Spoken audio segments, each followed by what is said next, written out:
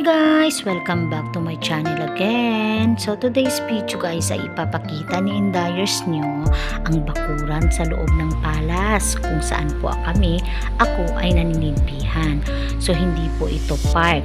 Ulitin ko, hindi po ito park. Ito po ay sa loob ng bakuran ng aming amo. Abay dito pa lang para na kaming namamasyal sa sobrang laki ng bakuran ng aming amo.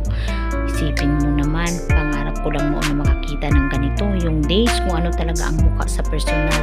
Abay dito, buong paligid, tinatayuan ng dates sa loob ng bakuran.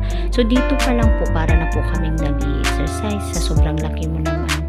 Sa palakad-lakad at utos dito, utos doon, takbo kami dito, takbo doon. So dito pa lang, hindi na namin ramdam ang sobrang lungkot kasi nga sa sobrang dami mong makikita na view. May mga bulaklak, maraming punuan, sobrang ganda talaga dito sa abroad. So lahat po ang nangangarap po kayo mawalan ng pag-asa. Hindi man talaga tayo lahat ay swertihin. Huwag lang talaga mawala ng pag-asa, mga Indayers ko.